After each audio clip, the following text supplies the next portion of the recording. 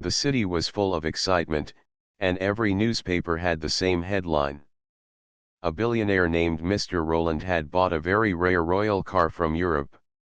It was not just a normal car but a treasure that once belonged to kings and queens. The car was a symbol of history, wealth, and style. When the car arrived at Mr. Roland's mansion, people rushed to see it. It had shining silver sides, golden marks on the hood, and a powerful engine that had amazed people in its time. Mr. Roland had planned a grand event where the car would be the star attraction. Famous leaders, artists, and rich families had been invited. For weeks, his staff worked on preparing the hall, the decorations, and the food. But most importantly, the garage was prepared with lights and banners so that the royal car would be displayed proudly in front of the guests. But something went wrong. The royal car refused to start. At first, the staff thought it was a small problem that any mechanic could fix. But soon it became clear that the car was not ordinary. Its parts were very rare, and its engine was designed in a way modern mechanics did not fully understand. The more they tried to repair it, the worse it became. Some said the fuel system was broken. Others said the wiring was too old. A few even suggested that the car should not be touched at all because it was too precious. Mr. Roland became restless. He was known as a man who always got what he wanted, and now his grand event was at risk. He ordered his assistants to find the best mechanics in the country. Soon, experts arrived one after another. They came with toolkits, shiny machines, and strong words. Each of them promised they would solve the problem in a few hours. But every one of them failed. Some left quietly, while others argued and blamed the car's age. News spread quickly. Reporters stood outside the gates, writing stories about the unsolvable royal car. The crowd outside the mansion grew every day. Some came to catch a glimpse of the famous billionaire. Some came to see the car, and others came to watch the failures of the experts. For the public, it was like a drama. Each morning they waited to see who would try next and what excuse they would give after failing. Among the crowd stood a boy named Tom. He was thin and wore torn clothes. His hair was rough, and his face looked tired, but his eyes were full of life. Tom was homeless. He lived on the streets, sleeping wherever he could find space. He earned a little by carrying bags, cleaning shoes, or selling small items, but most of the time he struggled just to find food. Tom, however, had something that nobody noticed. He had a love for machines.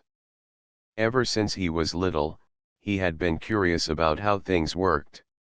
Whenever he found broken toys or radios in the garbage, he picked them up and tried to open them. With no teacher and no school, he taught himself by watching others.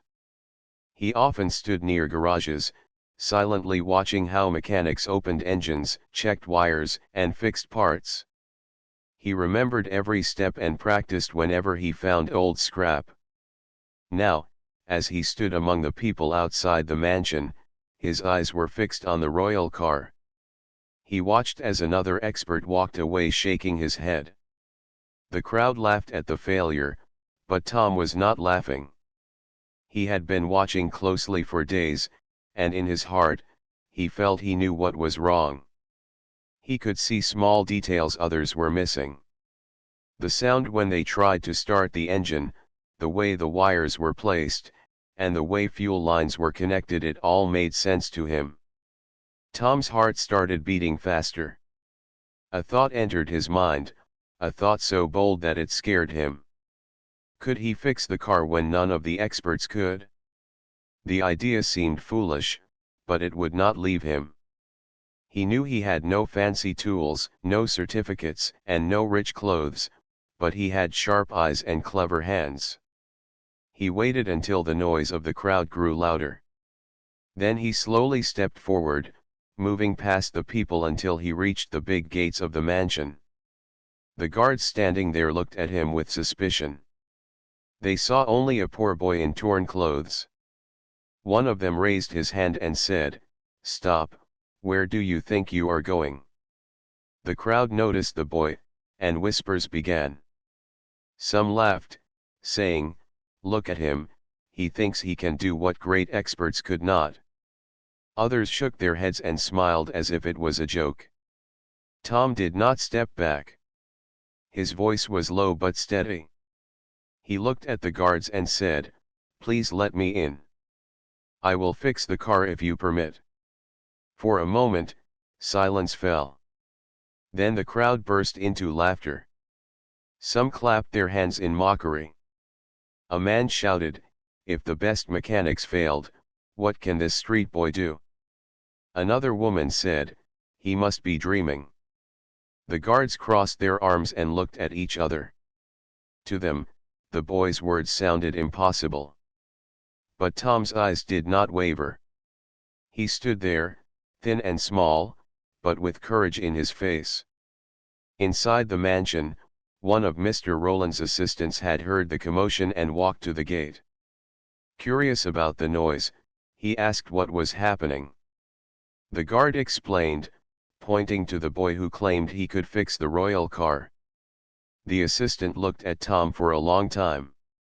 He did not believe the boy could do it, but he saw something unusual in his expression. The crowd waited to see what would happen. Would the boy be sent away, or would someone take his words seriously? And there, in front of the giant gates, with the eyes of the people upon him, Tom stood still, repeating the same words with calm strength. "I will fix it if you permit." The mansion gates were still surrounded by people. Everyone was waiting to see what would happen to the poor boy who had dared to speak such bold words. Tom stood quietly, his hands by his side, his eyes fixed on the assistant who had come from inside. He was not afraid, though his heart was racing. He had spoken the truth. He truly believed he could fix the royal car. The assistant, whose name was David, studied the boy carefully. David had been working for Mr. Rowland for many years. He had seen proud experts fail in the last few days, and he was tired of excuses. Looking at Tom, he almost wanted to laugh, yet something in the boy's steady face made him pause. David thought for a moment and then said, "Why do you think you can fix what all the experts could not?" Tom answered softly, "I have been watching them. I listened to the sound of the engine. I saw the way they touched the wires. I know what is wrong." The crowd broke into more laughter. Some shouted, "Let him try, so we can laugh harder." Others called him a fool.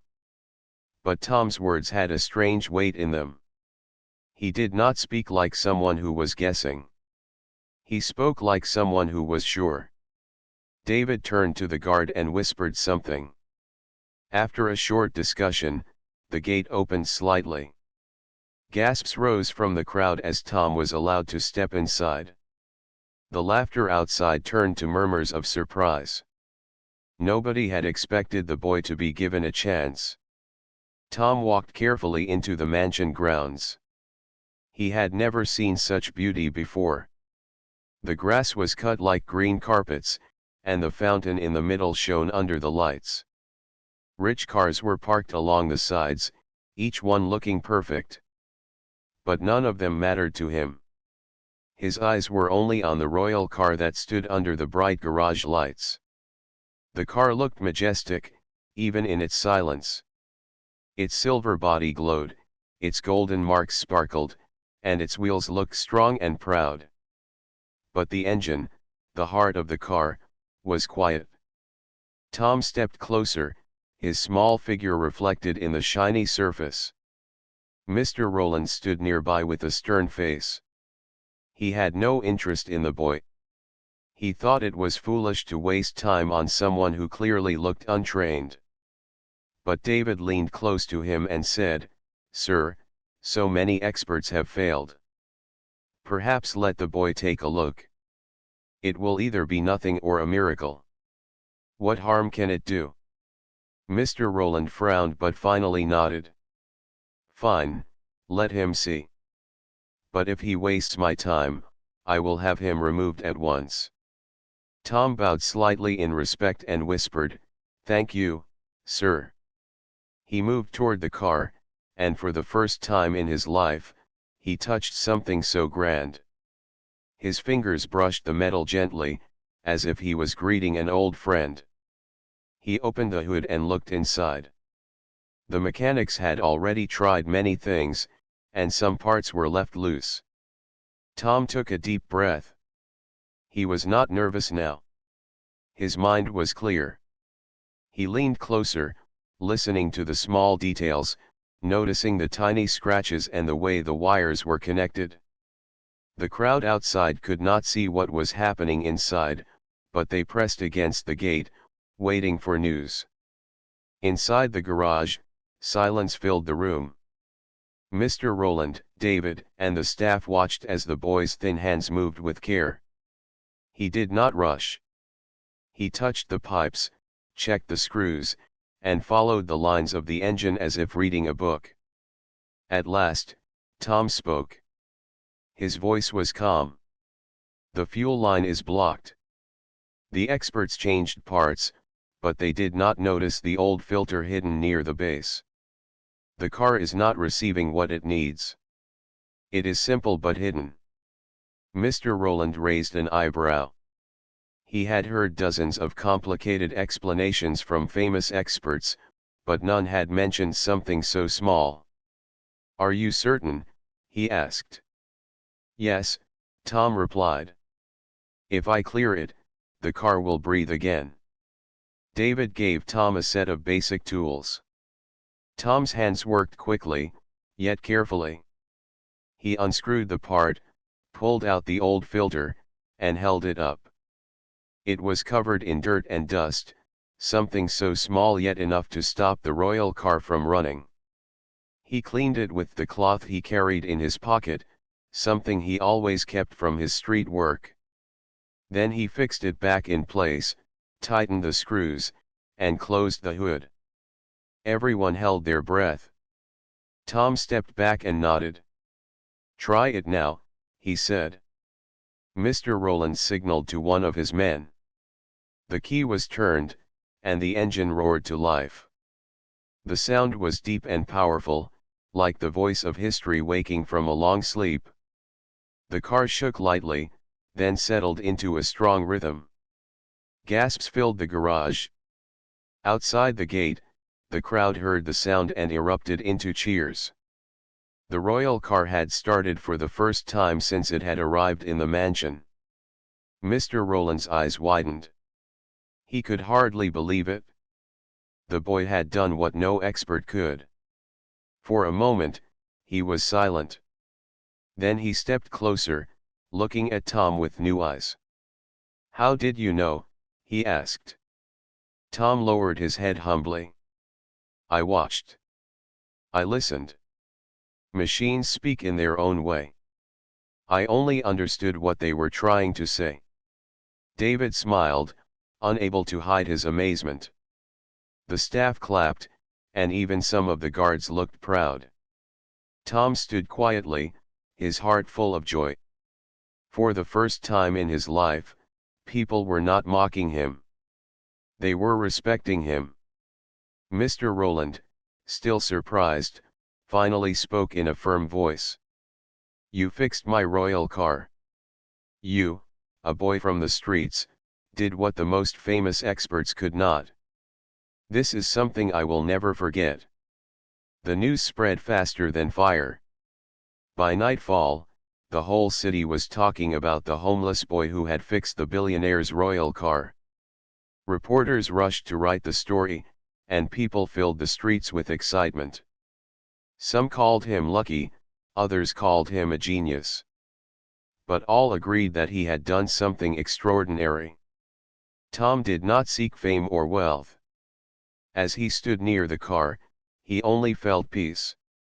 For once, he had proven to himself and to the world that even someone with nothing could achieve something great if given just one chance. But this was only the beginning. Bigger tests were waiting for him, and his life was about to change in ways he never imagined. The news of the royal car spread quickly. By the next morning, newspapers carried big headlines: "Homeless boy fixes what experts could not." On television, people saw the face of the thin boy standing beside the glowing car. Social media buzzed with his name. Some people praised him as a genius, while others said it must have been luck. But everyone was talking about him. Tom did not even know how famous he had suddenly become. After fixing the car, he spent the night in a small corner of the mansion, given food and a blanket by David. For Tom, that meal was the best he had ever tasted, and the soft blanket felt like a treasure. He fell asleep quickly, not realizing that outside the walls, his name was being repeated by thousands of people. The next morning, Mr. Rowland called for Tom. The billionaire was not a man who easily showed emotions, but he respected results. He looked at Tom carefully. "You fixed my car, boy," he said firmly. "But was it only luck, or do you truly understand machines?" Tom met his eyes without fear. "It was not luck, sir. Machines speak, and I listen. That is all I know." Mr. Rowland leaned back in his chair. He was a man who had built his empire by testing people. He never trusted words until they were proven by actions. "If that is true," he said, "then you will fix something else for me. If you succeed again, I will believe you. But if you fail, I will know it was only luck." Tom nodded. "I will try, sir." David, who stood nearby, felt worried. He knew Mr. Rowland was strict, but he also saw the boy's calm courage. The next challenge was not a car but a massive machine inside the mansion's workshop. It was a generator imported from abroad, used to power the mansion during special events. For months it had been giving problems. Engineers had tried to repair it many times, but the machine still stopped working at random moments. Sometimes it ran for hours, and sometimes it died suddenly, leaving everything in darkness. Mr. Rowland hated such failures, but even his best engineers could not find the real problem. When Tom was brought into the workshop, the machine stood in front of him like a giant beast. Its metal body was large, its pipes thick, and its wheels heavy. A few engineers stood nearby, looking doubtful. They whispered to each other, saying, "Now let us see how the street boy handles this." Tom walked closer, studying the machine. He placed his hand on its side, listening as if it could whisper back. He asked for it to be started. The engine rumbled loudly, then after a few minutes it shook and stopped. The engineers shrugged, saying, "This is what it always does." Tom crouched down, looking at the base. He touched the wires, checked the screws, and watched how the parts moved. His mind worked quickly, putting pieces together. After some time, he stood up and said, "The problem is not inside the engine. It is in the balance of the machine. The base is not level. The weight shifts each time it runs, and the wires loosen. That is why it stops suddenly." The engineers frowned. None of them had thought about the base. They had been too busy looking inside the machine. One of them laughed, saying, "Nonsense. Such a big machine cannot fail just because of balance." But Tom remained calm.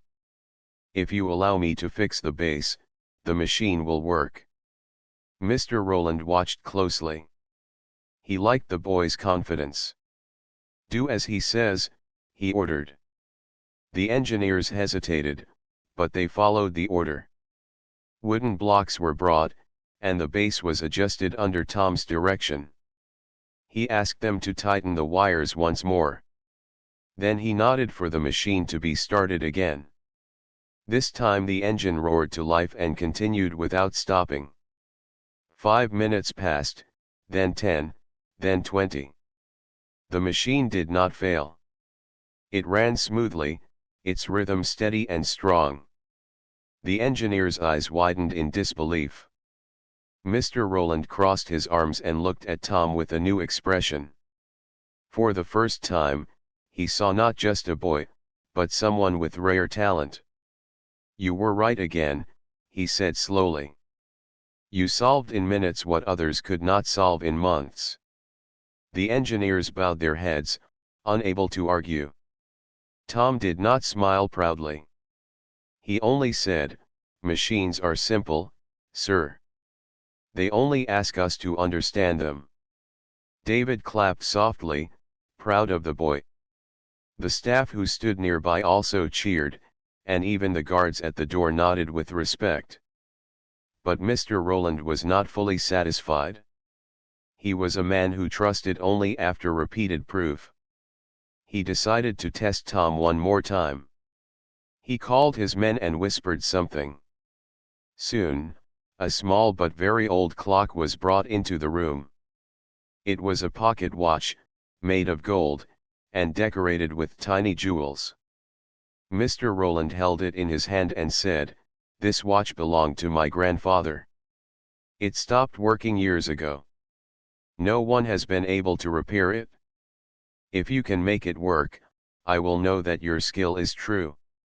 The watch was placed in Tom's hand.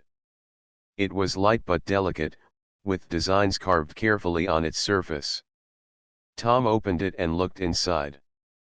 The parts were tiny, almost invisible to the eye. The springs and gears were thin and fragile. Most people would not dare to touch such a treasure. Tom's fingers, though rough from street life, moved gently. He had no tools small enough, but he improvised with what he was given. He adjusted the spring, cleared a bit of dust, and carefully moved the gear back into place. The room was silent as everyone watched. After several minutes, Tom closed the watch and handed it back. "Please wind it now," he said. Mr. Rowland turned the knob. Slowly, the watch began to tick. The sound was soft but clear, each tick steady as a heartbeat. For the first time in years, the golden watch was alive again. Mr. Rowland's eyes softened. He held the watch close to his ear, listening to the sound. His grandfather had once carried it proudly, and now it was working again. He looked at Tom and said, "You have given life to something that held memory and meaning. You have passed every test." The room filled with applause. The engineers, though ashamed, also clapped. David's eyes shone with pride. Tom stood humbly, not asking for reward, not boasting about what he had done. He only whispered, "Thank you for letting me try." Mr. Rowland, who had been known as a cold and strict man, now felt something unusual in his heart. He saw that the boy was not only skilled but also honest and humble. He turned to David and said, "This boy will not return to the streets. From today, he stays here. I will see to it that his life changes." The words shocked everyone. A homeless boy, once mocked by the crowd, was now about to step into a new world. Tom lowered his head, holding back the tears that rose in his eyes. His journey was only beginning, but now he had a place where he belonged. Tom's life changed the moment Mr. Rowland announced that he would not return to the streets. The boy who once slept on cold sidewalks now had a warm room inside the mansion. It was small compared to the grand halls, but to Tom it felt like a palace. A soft bed, a desk, and a lamp made him feel like he was dreaming. For the first time in years, he did not fall asleep shivering or hungry. David became like a guide to him. He taught Tom how to behave inside the mansion, how to eat at the table, and how to speak with staff and guests. Tom listened carefully and learned quickly. He remained humble, never forgetting the hard days of the street, but his heart grew stronger with hope. Mr. Rowland, although strict, began to look at Tom with growing interest. He was curious about the boy's unusual gift. Every few days he would test him with something new: a broken device, a jammed lock, or an old machine. Each time, Tom surprised everyone with his sharp mind and careful hands. He did not only repair things, he explained how they worked, often pointing out details that even trained engineers missed. Word spread further. Guests at the mansion heard about the boy and came to see him. Some brought their own watches or gadgets just to test him. When Tom fixed them, they praised him as a prodigy. Newspapers printed more stories. "The street boy with golden hands," one headline said.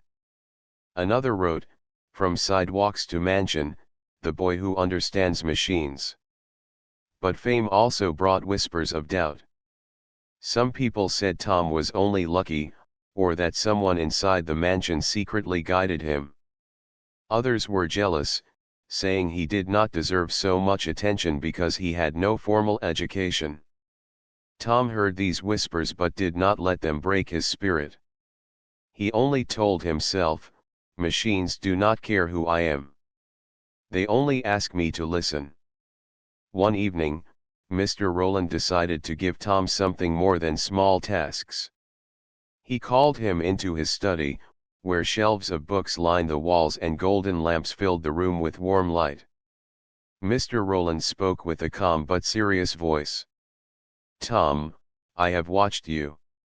You have rare talent, but talent must be sharpened. I cannot allow you to remain untrained. From tomorrow, you will study with teachers. You will learn mathematics, science, and engineering. I will invest in you, because I believe you can do more than just fix machines, you can create them." Tom's eyes widened. He had never dreamed of going to school, let alone learning from the best teachers money could provide. His throat tightened, and he could only whisper, "Thank you, sir. I will work hard." True to his word, Mr. Rowland arranged for private tutors. At first, Tom struggled. Numbers on the board confused him, long words felt heavy, and books seemed endless. There were moments when he thought he could not do it. But every time he felt weak, he remembered the cold nights on the street and told himself he must never waste this chance. Slowly, with patience and effort, he began to understand. His teachers were surprised. Though he lacked basic education, Tom had a sharp mind and strong memory. Once he understood a principle, he never forgot it. His natural talent with machines helped him grasp concepts faster than expected. Within months, he was solving problems that even older students found difficult. Meanwhile, the mansion staff grew fond of him. He was never arrogant, never demanding. He often helped the cooks in the kitchen, or the gardeners with their tools. To him, every machine, whether big or small, deserved care. He repaired a gardener's broken shears, a cook's old oven, and even a cleaner's vacuum. In return, the staff treated him like family. But while Tom's new world was filled with hope, not everyone was pleased. Some wealthy guests who visited Mr. Rowland whispered behind his back. They did not like seeing a street boy rise so high. One man said, "It is dangerous to trust someone from the streets. Talent or not, such people do not belong among us." Another woman added, "He may be clever now, but who knows what his true nature is. He could bring shame later." These words reached Mr. Rowland, but he did not share them with Tom. Instead, he kept watching, testing, and guiding the boy. He knew society was harsh, and he wanted to see if Tom's heart was as strong as his hands. The real test came one rainy evening. The mansion was preparing for another grand event, this time for leaders from different countries. The royal car, now a symbol of pride, was once again to be displayed. Lights were set, musicians practiced, and chefs cooked fine dishes. Everything seemed perfect, until suddenly, the entire mansion lost power. Darkness filled the halls, and panic spread among the staff. The generator, which Tom had once repaired, had been tampered with. Someone had secretly loosened its wires. David discovered this and whispered to Mr. Rowland, "It is sabotage. Someone does not want tonight's event to succeed." Mr. Rowland's face grew hard. The event was too important to fail. He turned to Tom, who stood quietly nearby, and said, "Can you fix it in time? If the lights do not return before the guests arrive, my reputation will suffer." Tom nodded without hesitation. "I will try, sir." He rushed to the workshop, rain dripping through the open windows. With a lantern in his hand, he opened the machine and checked quickly. The wires were indeed loosened, and a small part had been damaged. His hands moved fast, but he remained careful, securing the wires and replacing the part with a spare piece he found. Minutes passed. Sweat mixed with the rain on his face. Finally, he stood back and signaled to David. The switch was pressed, and the machine roared back to life. Lights returned to the mansion just as the first guest stepped inside. The event went on smoothly, and no one outside the workshop even knew what had happened. Mr. Rowland, standing at the entrance to greet his guests, glanced at Tom from a distance. Their eyes met, and in that silent moment, both knew the boy had proven himself once again not only as a fixer of machines but as someone who could be trusted in moments of crisis. Later that night, when the event was over, Mr. Rowland called Tom to his study. He spoke in a deep voice. "You have faced tests of skill, and now a test of trust. You passed them all. Remember, Tom, talent can open doors, but character keeps them open.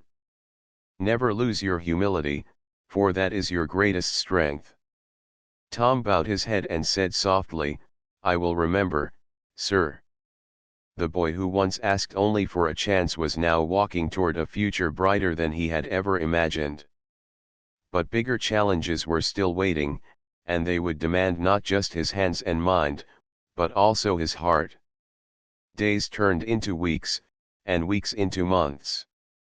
Tom's life inside the mansion kept changing, and each day brought new lessons. His tutors continued to teach him, and his knowledge grew stronger. He learned mathematics, physics, and the science of engines. At first, the subjects had seemed like a mountain he could never climb, but step by step he reached higher. He realized that every machine followed rules, and those rules could be understood if one had patience. Mr. Rowland was pleased with Tom's progress. He did not show his feelings openly, but he often tested the boy in small ways. One morning he gave Tom a broken camera. Another evening he asked him to look at an old typewriter. Each time, Tom worked with care and succeeded. He had learned to trust himself. But along with success came new challenges. People outside the mansion kept talking about him. Some admired him and called him a miracle. Others doubted him, saying, "He is only a boy with luck." Without Mr. Rowland, he would still be nothing. Tom heard these words whenever he read newspapers or listened to servants whisper. Sometimes they hurt him, but he reminded himself of what Mr. Rowland had told him: talent opens doors, but character keeps them open. One afternoon, Mr. Rowland called Tom into his study. The room was filled with papers, books, and maps. He looked serious. "Tom," he began, "I am sending you to a special workshop in another city. Great inventors and engineers will be there. They will bring their machines, and some will compete to solve difficult problems. I want you to go as my representative. This is your chance to show the world who you really are." Tom was silent for a moment. His heart pounded in his chest. The idea of standing among great inventors frightened him, but he also felt excitement. He bowed his head and said, "I will do my best, sir." The journey to the new city was the longest Tom had ever taken. David traveled with him, guiding him like an older brother. The city was larger than anything Tom had seen. Tall buildings touched the sky, and streets were filled with noise and color. Posters for the great workshop were everywhere, with words like Festival of Invention and Gathering of the Brightest Minds. The workshop hall was grand. People from many countries had gathered. Tables were filled with strange devices, tiny robots, glowing machines, and engines that looked like they came from the future. Inventors proudly explained their creations to visitors. Tom felt small among them, dressed simply while others wore fine suits.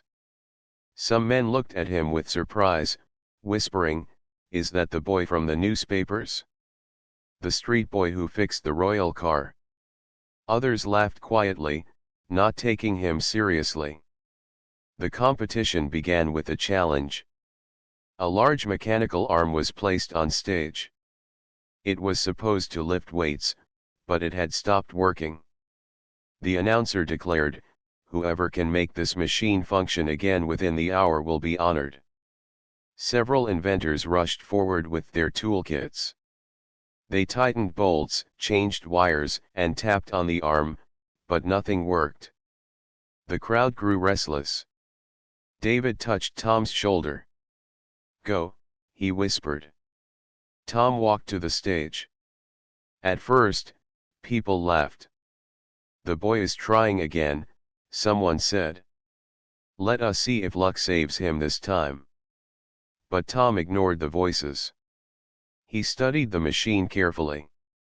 He asked for it to be powered.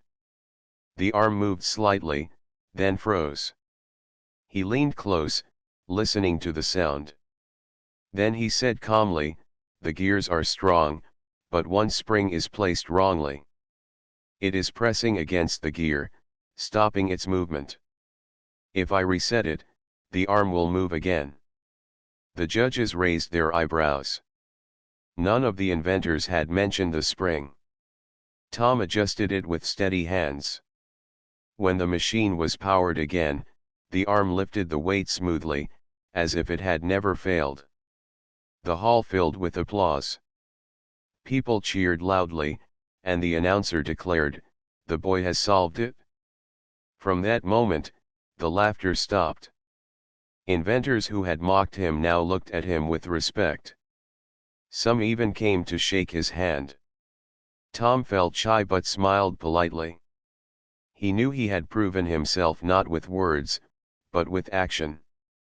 The workshop continued with more challenges. Tom solved a broken clock, a jammed printing press, and even helped a group of students repair their small robot. His humility impressed everyone. Instead of showing pride, he always explained what he had done in simple words, so others could learn. By the end of the week, Tom was awarded a Medal of Honor. The announcer said, "This boy reminds us that true genius does not depend on wealth or background. It depends on curiosity, patience, and courage." The crowd stood and clapped. Tom held the medal, his heart filled with gratitude. When he returned to the mansion, Mr. Rowland was waiting. He listened as David explained all that had happened. For a long moment, Mr. Rowland looked at Tom in silence. Then he said, "You went as a boy with talent. You have returned as a young man with honor. You are no longer just the boy who fixed my car. You are the boy who proved to the world that greatness can rise from anywhere. Tom bowed his head, tears shining in his eyes. He remembered the cold nights when he had slept hungry, the laughter of the crowd when he first asked for a chance, and the moment when the royal car roared back to life. All those moments had led him here. From that day, Tom's life took a new path. Mr. Rowland supported his education fully. Tom studied harder, dreamed bigger, and began to design his own machines. He wanted to create things that could help not only the rich but also the poor. He never forgot the streets where he came from. He often visited children who lived without homes, telling them, "Never stop believing in yourself. Even the smallest spark can light a great fire." Years later, people would still remember the story of the homeless boy who once said, "I will fix it if you permit." They would tell their children how he rose from nothing to become a man respected across cities. But for Tom, the greatest reward was not the fame, not the medal, and not the mansion. It was the chance to live with dignity, to use his gift for good, and to prove that every life, no matter how humble, carries a light waiting to shine. And so, the boy who once stood outside the mansion gates with torn clothes walked into a future filled with hope, carrying not just tools in his hands but also courage in his heart.